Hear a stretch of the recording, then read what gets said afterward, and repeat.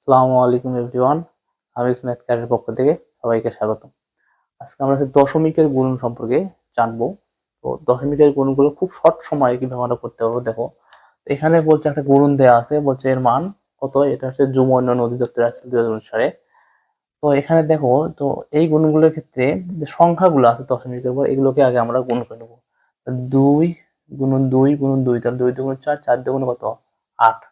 তাহলে আমরা 8 লিখে নেব। তারপর এখন আমরা হিসেব করবো যে দশমিকের পর মোট কয়টা সংখ্যা আছে। তাহলে এখানে একটা, এখানে একটা, দুইটা, এখানে আছে দুইটা, মোট হচ্ছে 4টে সংখ্যা। তো এখানে কেবল আমরা 8 গেছে, আর সংখ্যা কয়টা আমার দরকার, 3টে সংখ্যা। এই বাকি 3টে সংখ্যা আমরা এর 8-এর হচ্ছে বাম পাশে শূন্য দ্বারা পূরণ করে দেব দশমিক। তাহলে 0.008, এটা হচ্ছে আমাদের অ্যান্সার। তারপর দেখো পরের অঙ্কটা বলছে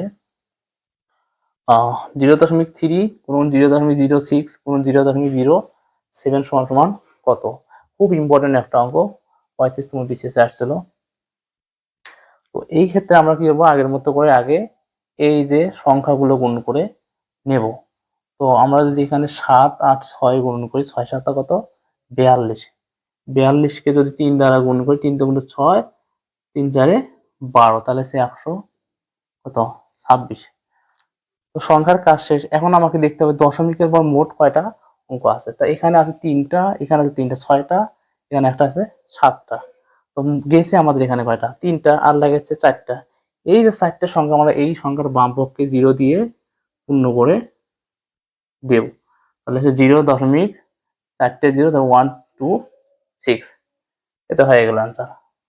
তারপরে পরের অঙ্কটাতে বলছে 0.5 গুণন 0.0005 সমান সমান কত।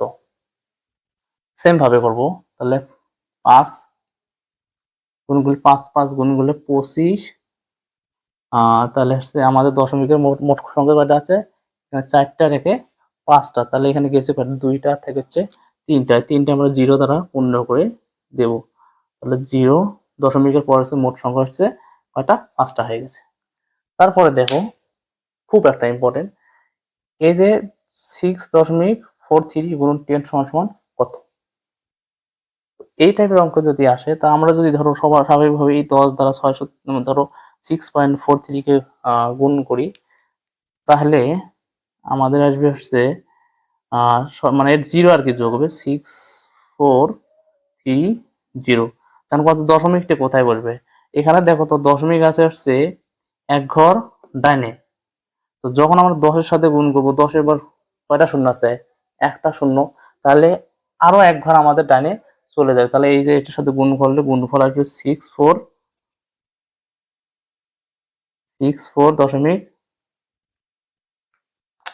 এখানে 64.30। ধন্যবাদ সবাই।